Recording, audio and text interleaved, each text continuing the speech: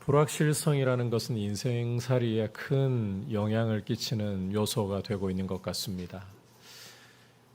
여러 가지 부분에서 이야기를 나눌 수 있겠지만 요즘 대한민국 사회의 경우는 우리 젊은이들이 결혼을 포기하고 자녀 계획마저도 포기하는 그런 요인으로도 크게 작용을 하고 있습니다. 이 불확실성이라는 것은 무엇인가에 담대하게 뛰어드는 것을 주저하게 만드는 요인이 되기 때문입니다. 그런데 이 불확실성이 신앙생활에도 크게 영향을 미치는 것 같습니다. 특히 하나님 앞에 나아갈 때, 은혜의 보좌 앞에 나아갈 때에 이 불확실성은 우리를 주저하게 만든다는 거예요. 두려움을 일으킨다는 겁니다. 나 같은 사람이 하나님 앞에 나아갈 때 하나님이 과연 나를 기쁘게 받아주실 수 있을까? 내 모습은 여전히 이렇게 약하고 넘어지고 추한급투성인데 이런 나를 하나님이 과연 받아주실 수 있을까? 그래서 이 기도에 대해서 자꾸만 망설이게 되고 하나님과의 친밀함마저도 갉아먹는 이런 일을 발생시키는 것이 이 불확실함이라는 것입니다. 히브리서 기자는 지난 시간에 안식에 들어가기를 힘쓰라고 도전해 주었습니다. 그리고 안식에 들어가기를 힘쓸 수 있도록 경고와 큰 도움에 대해서 우리에게 말씀해 주었습니다. 그 중에서 큰 도움이란 우리에게 큰 대제사장이 계신다. 그분은 바로 승천하신 자 하나님의 아들 예수이시다. 그를 힘입어서 우리가 은혜의 보좌 앞에 담대히 나아가 긍휼하심과 때를 따라 돕는 은혜를 받아야 한다라고 우리에게 도전을 해 주었습니다. 오늘 말씀은 이제 이 큰 대제사장이신 예수님에 대해서 보다 구체적으로 말씀을 주면서 우리 삶에 특히 하나님 앞에 나아가는데 불확실성을 걷어내주는 말씀이라고 할 수가 있어요. 어떤 말씀을 주시는지 귀를 기울이면서 주시는 메시지 듣도록 하겠습니다. 자, 오늘 말씀을 본격적으로 살펴보기 전에 대제사장이란 어떤 일을 하는 사람인가 이 부분부터 한번 생각을 해볼 필요가 있습니다. 자, 대제사장은 쉽게 말하면 하나님과 사람 사이에서 중매쟁이 역할을 하는 사람, 다리 놓는 역할을 하는 사람이라고 할 수 있어요. 그러니까 하나님과 사람 사이를 연결해주는 역할을 하는 사람이다. 따라서 대제사장이 되려면 두 가지 중요한 자격이, 요건이 충족이 되어야 하는데 첫 번째는 사람을 품어낼 수가 있어야 됩니다. 사람의 연약함을 이해하고 품을 수 있어야 한다는 거예요. 두 번째는 하나님과 사람 사이를 이어주어야 하기 때문에 하나님을 기쁘시게 하고 만족시킬 수가 있어야 한다는 것입니다. 자, 이게 바로 대제사장의 자격 요건이다. 자, 이 점을 염두에 두고 먼저 사람을 품어내야 한다. 이 부분부터 좀 살펴보겠습니다. 1절과 2절 말씀 함께 한 목소리로 읽어보겠습니다. 시작. 대제사장마다 사람 가운데서 택한 자이므로 하나님께 속한 일에 사람을 위하여 예물과 속죄하는 제사를 드리게 하나니 그가 무식하고 미혹된 자를 능히 용납할 수 있는 것은 자기도 연약에 휩싸여 있음이라. 자, 앞서 대제사장의 자격 중에 사람을 품을 수 있어야 한다라고 말씀을 했잖아요. 자, 그러려면 사람의 이 연약함이 공감이 돼야 돼요. 이 연약함을 도울 수가 있어야 하는 거예요. 따라서 대제사장은 사람 가운데에서 택해야 한다. 사람을 택해야 한다는 것입니다. 이렇게 대제사장은 사람 가운데서 선택이 되었기 때문에 그는 사람들을 위해서 하나님께 속한 일을 감당할 수 있다. 바꿔 말하자면 미혹되고 무식한 이들을 위해서, 죄인들을 위해서 하나님께 예물과 속죄 제사를 드릴 수가 있다라는 것입니다.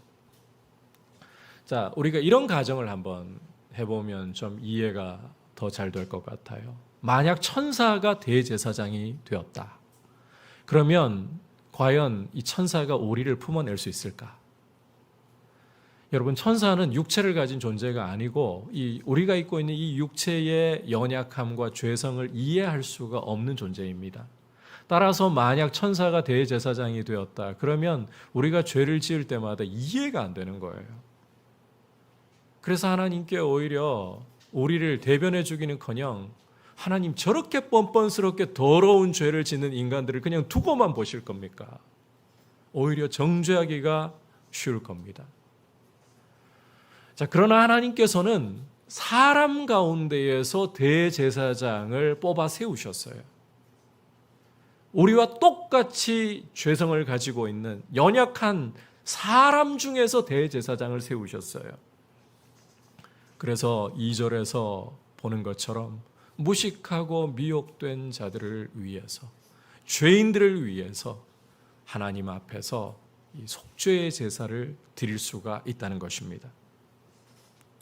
다만 이와 같은 연약함을 가지고 있고 죄성을 가지고 있기 때문에 인간 대제사장은 반드시 거쳐야 할 일이 하나가 있어요. 인간 대제사장의 한계라는 것입니다. 그게 뭐냐? 3절 함께 읽어볼까요? 시작. 그러므로 백성을 위하여 속죄제를 드림과 같이 또한 자신을 위하여도 드리는 것이 마땅하니라. 자, 구약 율법 아래에서의 대제사장의 한계라는 것은 자기도 죄인이기 때문에, 자기도 연약함을 가지고 있기 때문에 남들을 위해 예물과 속죄의 제사를 드리기 전에 자기를 위한 속죄제부터 먼저 드려야 된다는 것입니다. 이게 구약 제사장의 한계였습니다. 자, 이제 다음으로 구약 대제사장의 자격은 하나님을 기쁘시게 해야 한다 했죠. 하나님을 만족시켜야 되는 거예요. 따라서 대제사장은 누구나 원한다고 그 자리에 임명되거나 세워질 수 있는 자리 아니었습니다. 아무나 못 세워요. 4절 함께 읽어보겠습니다. 시작. 이 종귀는 아무도 스스로 취하지 못하고 오직 아론과 같이 하나님의 부르심을 받은 자라야 할 것이니라. 자, 대제사장직을 가리켜서 히브리서 기자는 이 존귀라고 부르고 있습니다. 영예, 종귀라고 부르고 있어요. 여러분, 이 대제사장직은 하나님을 만족해 하고 하나님을 기쁘시게 해야만 하는 자리입니다. 따라서 하나님 보시기에 존귀한 자리인 거예요. 이 존귀라는 개념, 이 영예라는 개념을 우리가 여기에서 좀 잘 이해할 필요가 있습니다. 잠시 곁길로 새나가는 이야기이겠지만 여러분, 우리가 존귀하다, 우리가 영예롭다 할 때 어떤 기준에서 이 존귀, 영예를 생각하고 있습니까? 통상적으로는 사람과의 비교를 통해 가지고 더 뛰어나다, 우월하다, 이러면 존귀하다, 영예롭다, 이렇게 우리는 말을 하곤 하잖아요. 그런데 성경이 보여주고 있는 이 존귀라는 것은, 영예라는 것은 하나님이 기뻐하시느냐, 하나님이 보시고 만족하시느냐, 그게 존귀인 거예요. 우리의 개념 좀 깨뜨려야 돼요. 남들보다 내가 잘해서 올라가서 남들보다 뛰어나기 때문에 존귀가 아니라 하나님이 기뻐하시느냐, 이게 존귀라는 거예요. 자, 다시 이제 말씀으로 되돌아와서 대제사장은 하나님이 인정하시고 기뻐하시는 그러한 자리입니다. 따라서 짐승 잡아가지고 이 속죄의 제사를 드릴 때에 손기술이 좀 좋다고 해서 피를 봐도 아무런 거리낌이 없거나 비위가 안 상한다고 해서 그런 사람 대제사장 못 세운다는 거예요. 오직 하나님이 지명하여 부르신 사람만이 이 존귀를 취할 수가 있다. 그래서 구약시대에는 누구를 세웠습니까? 아론을 세운 거예요. 그리고 아론의 혈통에서 이 대제사장을 세울 수가 있었던 겁니다. 자, 정리를 해보면 대제사장이란 하나님과 사람 사이를 연결해주는, 이 다리 놓는 역할을 하는 사람이기 때문에 첫 번째 자격은 사람의 연약함을 품을 수 있도록 사람 중에서 세워져야 된다. 또 한 가지 자격은 하나님을 기쁘시게 하고 만족해 하기 위해서 하나님이 선택해서 부르신 아론 계열의 사람이어야만 한다. 자, 이게 구약 대제사장의 자격, 요건이었습니다. 그런데 여기 한 가지 한계가 있다고 했었죠. 그 한계란 자기도 죄인이므로 대제사장이 먼저 자기를 위한 속죄제를 드려야 한다. 자, 이제 이 점을 우리가 염두에 두고서 오늘 이제 핵심 내용인 예수님의 대제사장직에 대해서 살펴보도록 하겠습니다. 히브리서 기자가 이제 본격적으로 이 예수님이 어떻게 대제사장이 되시는가 이 부분을 설명하기 시작해요. 자, 앞서 히브리서 기자는 우리에게 큰 대제사장이 계시다. 그분이 승천하신 이 곧 하나님의 아들 예수시라고 외쳤습니다. 자, 그러면 여기에서 이제 우리가 예수님이 어떻게 해서 큰 대제사장이 되실 수 있는가 이 질문을 좀 던져봐야 돼요. 여러분, 구약 제사장은 아무나 세울 수 없고 하나님께서 선택하신 어떤 계열? 아론 계열의 사람만을 세울 수가 있다고 했습니다. 그러니까 레위 지파가 아니고서는 제사장을 세울 수가 없다는 거예요. 자, 그러면 우리 주 예수님 누구의 자손입니까? 다윗의 자손.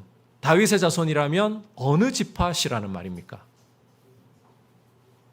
레위? 아니죠. 유다 지파인 거죠. 자, 레위 지파 안에서도 레위 지파라고 다 되는 게 아니라 아론 계열만이 대제사장이 될 수 있다 했어요. 그런데 유다 지파이신 다윗의 자손이신 예수님이 어떻게 그러면 대제사장이 될 수 있느냐?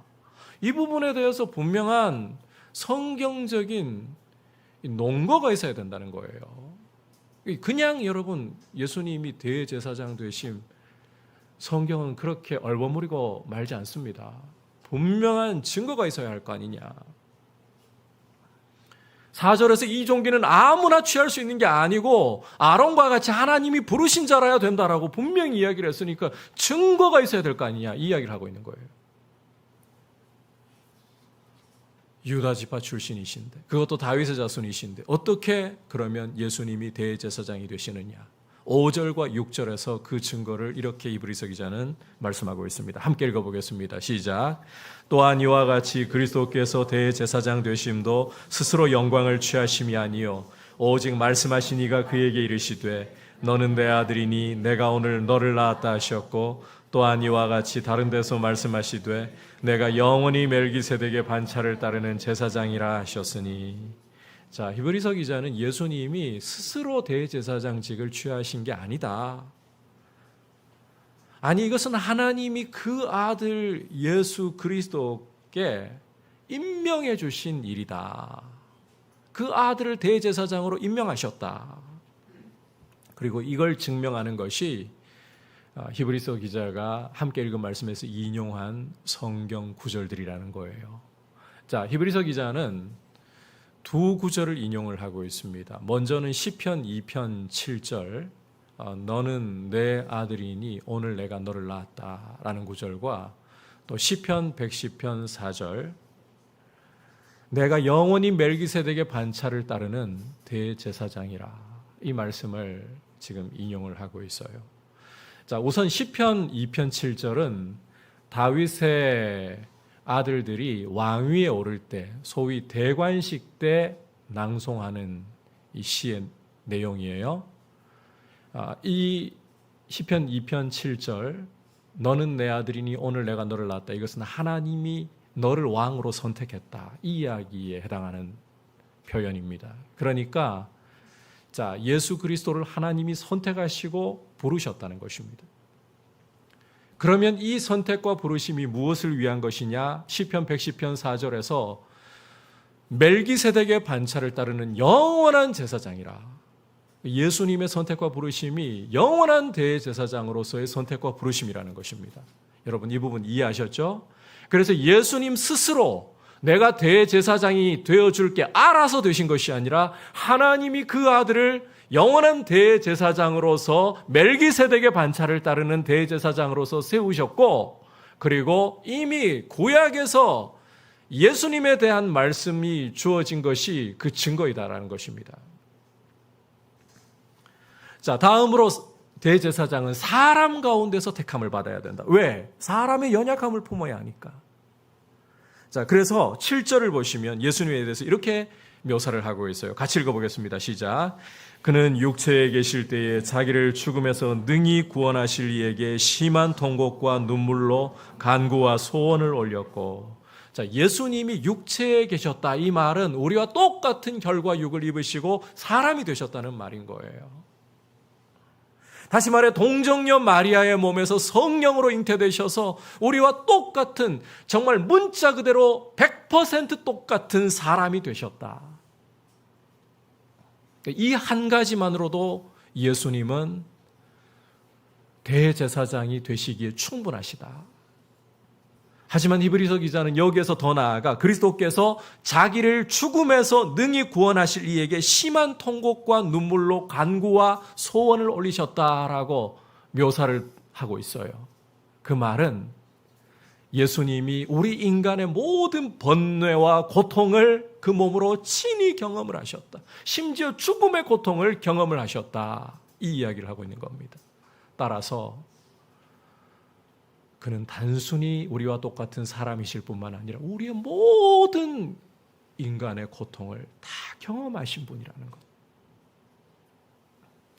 우리의 모든 시험과 연약함을 알고 계시기 때문에 그분은 대제사장이 되시기에 조금 더 부족함이 없다는 거예요. 따라서 이러한 분을 의지하고 나아간다면 은혜의 보좌 앞에 나아가기에 부족함이 없다, 두려움이 없다는 것입니다.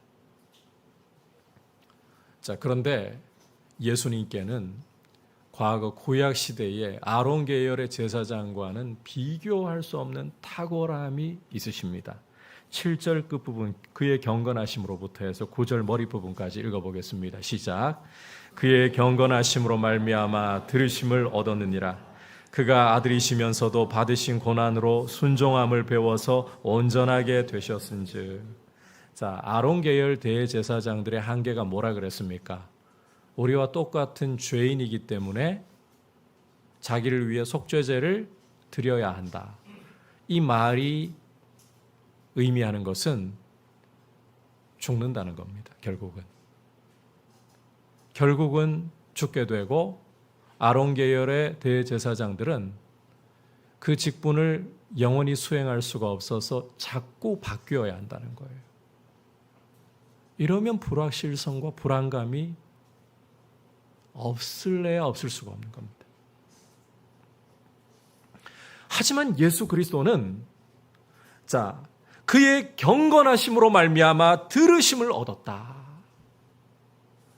아들이시면서도 받으신 고난으로 순종함을 배워서 온전하게 되셨다. 여러분, 출생부터가 동정녀 마리아에게서 성령으로 잉태되셨기 때문에 죄가 없으시고 그분이 모든 시험을 겪으시면서도 그 가운데서도 온전한 순종을 통해서 대제사장으로서 완전한 자격을 얻으셨다는 거예요. 이러한 분이시기 때문에 지금 히브리서 기자는 이걸 강조하려고 하는 겁니다. 예수 그리스도야말로 구약에 자꾸 죄 문제 때문에 죽음으로써 바뀌던 그런 불확실성과 불안함을 가지고 있던 대제사장이 아니라 영원한 대제사장, 완전한 대제사장이시다. 따라서 9절과 10절에서 히브리서 기자는 이렇게 외치고 있습니다. 아마 제가 생각건데 여기에서는 목소리가 커졌을 것 같아요. 같이 읽어보겠습니다. 시작.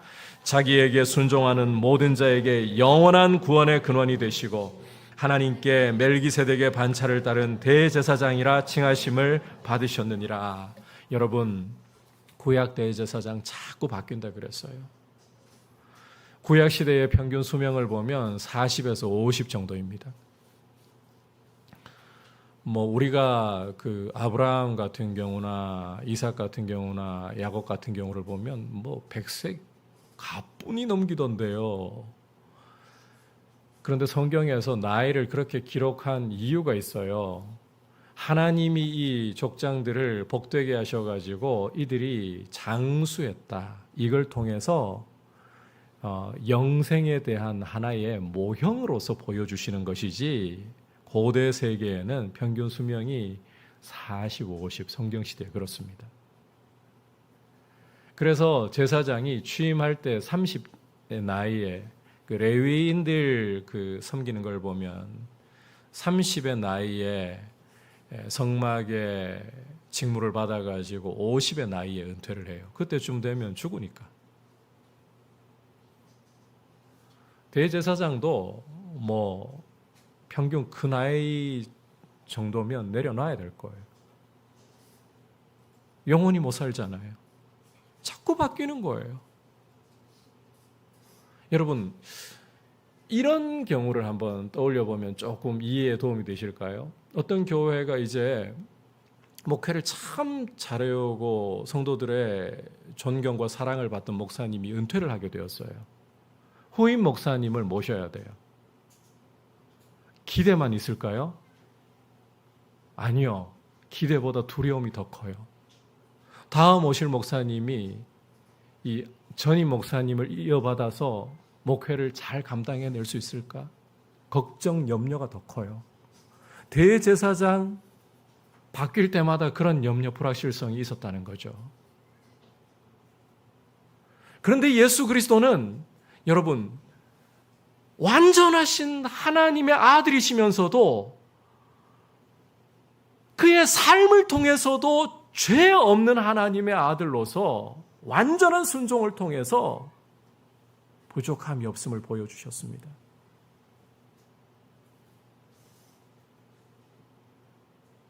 그리고 그는 이제 하나님 보좌 우편에서 영원히 살아계신 거예요. 이 직분이 갈릴 수가 없는 거예요. 누군가 대신할 필요가 없는 완전하고 영원한 대제사장이 되신다는 거예요. 여러분, 이게 얼마나 우리에게 불확실성을 덜어내고 안정감을 주는가 하는 것입니다. 그래서 오늘 말씀을 다 압축하는 표현이 어떤 표현인가 하면요, 멜기세덱의 반차를 따르는 대제사장이라는 표현이에요. 오늘 제가 설명드린 것 전부를 압축해 놓은 표현이 멜기세덱의 반차를 따르는 제사장. 이 부분은 어렵습니다. 그래서 뒤에 가서 히브리서 기자가 이 문제를 다룰 때 또 이야기를 하기로 하고 여러분께서 그런 것이구나 정도만 이해하시면 돼요. 여러분, 예수 그리스도만이 우리의 영원한 구원의 근원이 되시고 우리의 완전한 대제사장이 되십니다. 따라서 그분은 불확실성을 걷어내어 버리십니다. 하나님 앞에 나아갈 때에 앞서 말씀을 시작하면서 우리에게 불확실성이 기도하기를 주저하게 만들고 하나님과의 관계를 갉아먹는 이야기를 여러분께 드렸습니다. 여러분, 우리가 하나님 앞에 나아갈 때에 가장 선한 양심을 가지고 있는 그리스도인이라면 가장 걸림돌이 되는 부분은 죄입니다. 그래서 기도할 때마다 우리는 회개를 하려고 합니다. 회개를 하는데 함정에 빠질 때가 참 많아요. 여러분, 회개라는 것은 하나님의 은혜가 우리에게 흘러 들어오는 너무나도 중요한 은혜의 통로입니다. 회개 없이는 하나님의 은혜를 경험할 수가 없어요. 그 정도로 중요한 거예요. 그런데 이 회개라는 것이 사탄이 이용해가지고 성도를 발목 잡는데 크게 오용될 수가 있다는 거예요. 우리가 우리 자신을 돌아보면서 하나님 앞에 회개하려고 할 때에 여러분, 어떻게 하는 것이 참된 회개를 한 것입니까? 이 참된 회개에 대한 이야기를 할 때 참 조심해야 할 부분들이 있어요. 성경을 읽어보면서 저는 회개에 대한 말씀을 볼 때에 눈물을 얼마만큼 흘려야 하나님이 됐다, 그만큼 돼야 기준 충족했다라는 걸 읽어본 적이 없습니다. 여러분 가운데 혹시 읽어보신 분 계신가요? 절대 찾아내실 수가 없을 거예요. 그런데 우리가 하나님 앞에 회개할 때에 우리 마음속에 이런 생각들이 우리를 괴롭힐 때가 종종 있어요. 회개하면서 때로는 사람 따라 이게 눈물의 양이 달라요. 눈물이 너무 적게 나오는 겁니다. 감정이 금방 말라버리는 것만 같습니다. 죄가 고통스러운 것보다 내가 눈물 못 흘리는 게 고통스러운 경우가 발생해요. 여러분, 때로는 회개하려고 작정하고 하나님 앞에 앉아 있는데 눈물 아예 안 나요. 이런 경우에 회개가 정말 실패한 것입니까? 정말 내 속에서 짜낼 수 있는 모든 눈물, 콧물, 침까지 다 나와야만 참된 회개를 한 것이냐 말이에요. 우리는 이 부분에 대해서 성경에서 따로 양을 말씀한 적이 없거든요. 그럼에도 불구하고 죄를 하나님 앞에 자백할 때 내가 원하는 만큼 속이 후련하지 않고 많은 눈물을 흘렸다라고 생각하지 않으면 회개가 안 됐다라고 생각을 합니다. 그래서 이 죄의 문제에 묶여가지고 더 이상 기도에 진전이 일어나지를 않아요. 기도를 하고 있는데 계속해서 다람쥐 쳇바퀴를 돌리듯이 이 죄만을 계속해서 보면서 고통 속에 몸부림치다가 급기야 이 회개라는 게 너무 고통스럽고 힘든 의무를 하나님이 우리에게 부과하신 것처럼 그렇게 느낄 때가 발생하곤 합니다. 여러분, 이게 정말 회개의 진정한 모습이냐 하는 거예요. 아니에요. 회개는 우리 발목 잡으려고 기도 못하게 시간 거기에 다 투자하고 에너지 거기 다 투자하고 거기에 발목 잡혀서 하나님과의 대화 자체가 안 되게 하려고 하나님이 걸어놓은 족쇄가 아닙니다. 회개라는 것은 우리의 죄를 들여다보는 것으로 시작하는 건 맞아요. 그리고 이 죄를 하나님 앞에 토설하는 것으로 나아가야 돼요. 거기에 눈물이 충분히 따르든지 내가 원하는 만큼 따르지 않든지 간에 여러분, 하나님 앞에 죄를 내가 주목하고 내가 죄인인 사실을 하나님 앞에 인정하고 하나님 앞에 내게 소망이 없음을 인정하는 것, 이게 회개에서 정말 중요한 부분이에요. 여기까지예요. 그 다음은 여러분이 눈물의 양으로 회개를 충족시키려고 하지 마십시오. 무엇이 우리를 하나님 보좌 앞에 나아가게 합니까? 우리의 공로 아니에요. 예수 그리스도의 공로인 거예요. 예수님이 완전한 대제사장으로서 하나님 보좌 우편에서 우리를 위해 간구하고 계시기 때문에 내 죄가 나를 발목 잡는 것 같고 충분히 눈물을 흘리지 않았는데 충분히 안 씻겨 나간 것 같은데 내가 이런 모습으로 하나님 앞에 더 이상 가까이 나아갈 수 있을까? 뒤집으십시오. 이러하기 때문에 나는 주님이 필요하고 이러하기 때문에 때를 따라 돕는 은혜가 필요하다라고 고백하면서 나아가십시오. 그리고 나머지는 주님께 맡기십시오. 우리 주 예수 그리스도만으로 충분한 줄 믿습니다. 여러분, 우리가 이 보는 것이 참 신기합니다. 무엇을 주목해서 쳐다보고 있느냐. 이게요, 그 보는 대상을 굉장히 크게 만들어버려요. 내 몸에 뾰루지가 하나 났어요. 잘 보이는 부위로 이야기하죠. 얼굴에 뾰루지가 하나 났어요. 뾰루지를 인식하기 전에는 얼굴에 뾰루지 신경도 안 써요. 그런데 아침에 세수를 하다가 거울을 보면서 뾰루지를 발견. 그 순간부터 이게 슬슬 거슬리기 시작하는 거예요. 그럼 자꾸 쳐다보게 되죠. 자꾸 쳐다볼수록 뭐가 크게 보일까요? 뾰루지. 여러분의 얼굴보다 뾰루지가 더 크게 보일 겁니다. 수많은 면적의 깨끗한 피부보다 그 조그마한 뾰루지가 이제는 거의 대부분인 것처럼 착시현상, 우리 안에 불러일으키게 됩니다. 우리 자신의 연약함과 우리 자신의 죄를 주목하라는 것은 하나님 앞에서 그것만 쳐다본 채 그것만 붙들고 내가 하나님께 못 나아가도록 족쇄 채우려고 하신 게 아닙니다. 오히려 내가 그러한 연약한 존재이고 그런 죄를 가지고 있는 넘어지는 인생이기 때문에 오히려 하나님 앞에 때를 따라 돕는 애가 더욱더 필요하다는 것을 보여주시기 위함입니다. 회개는 죄의 굴레에 묶여서 하나님 앞에 못 나가는 게 목적이 아니에요. 이러한 죄인이기 때문에 저는 주님이 필요합니다. 아버지의 긍휼하심이 필요합니다. 때를 따라 돕는 은혜가 필요합니다. 그리고 여러분, 예수님은 영원하신 분이에요. 영원하신 대제사장이에요.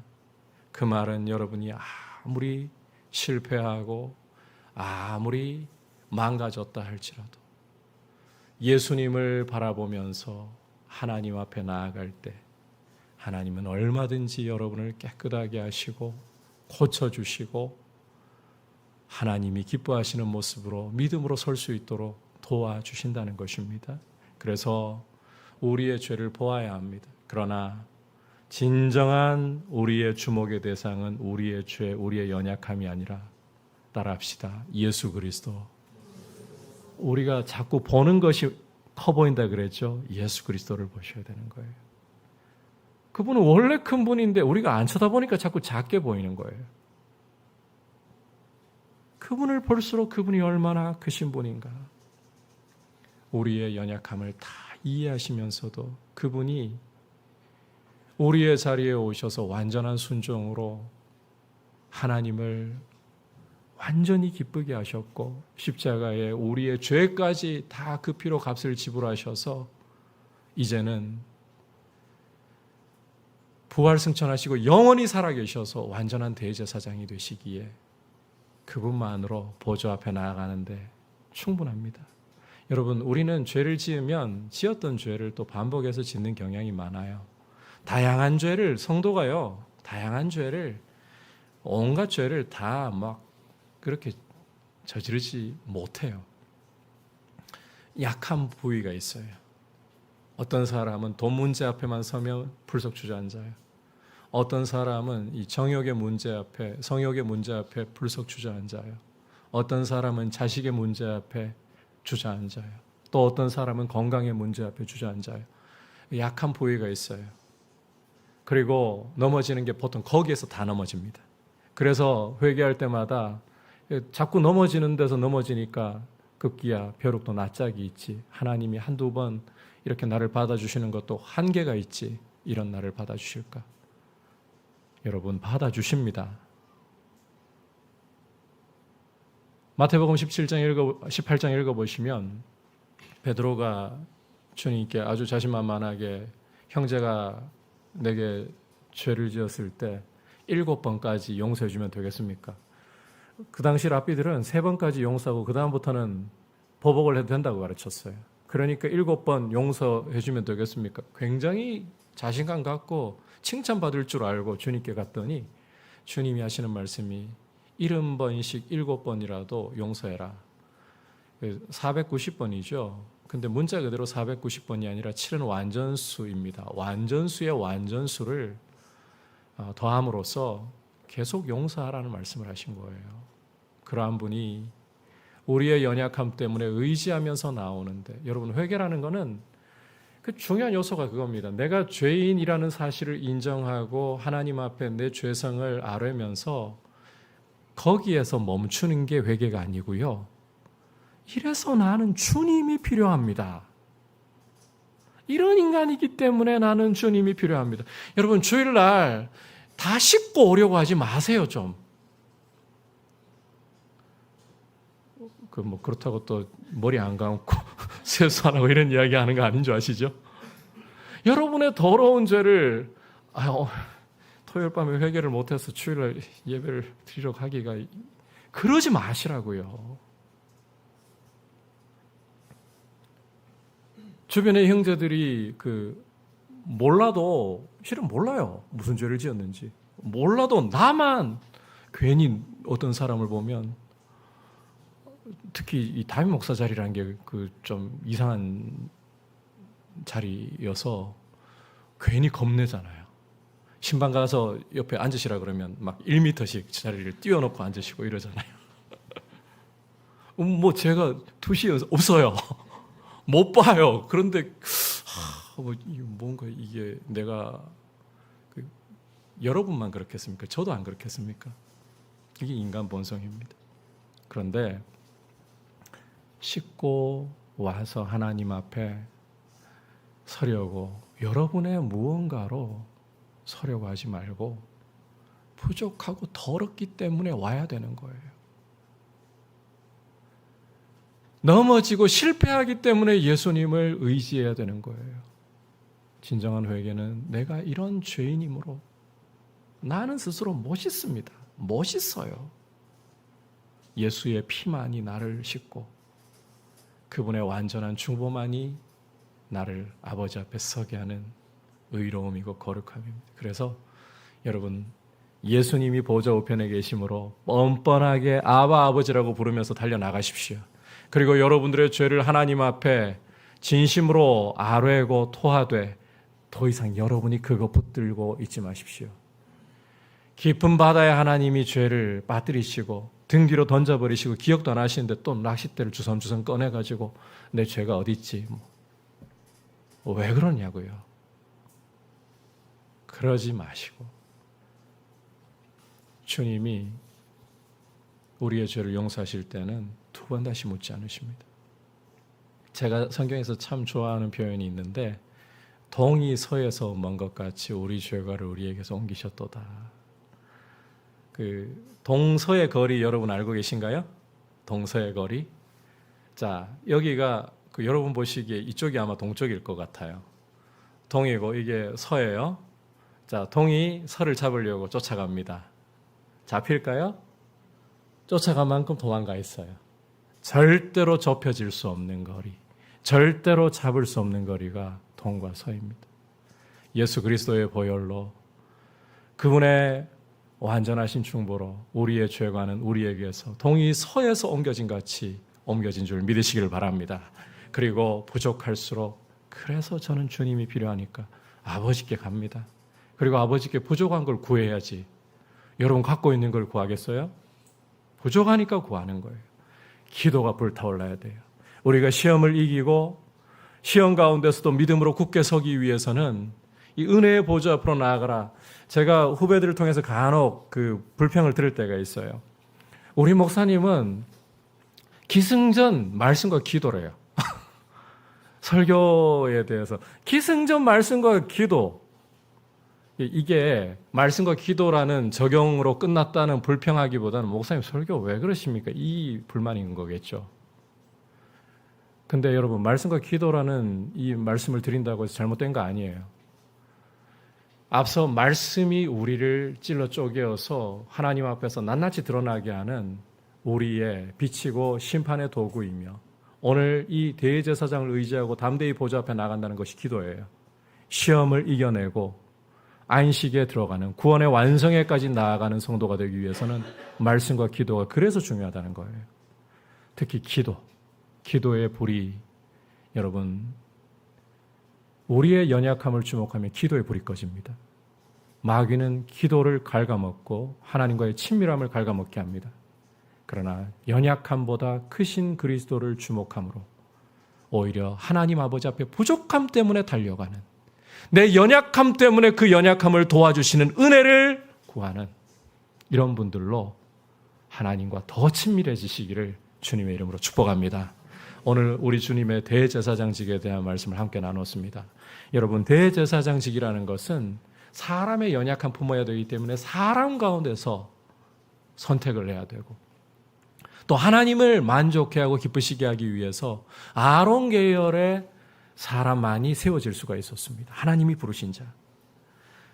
예수 그리스도는 하나님께서 친히 불러 세우신 그리고 우리의 자리에 오셔서 순종으로서 온전함을 이루신 우리의 연약함 다 이해하시고도 완전하신 대제사장이십니다. 오직 그분을 힘입어서 은혜의 보좌 앞에 담대히 부족하면 오히려 주님 더 바라보십시오. 이 부족함이 클수록 나는 주님 더 필요하다라고 고백하면서 보좌 앞으로 달려가는 기도의 불이 다시 타오르는 우리 성도님들 되시기를 축복합니다.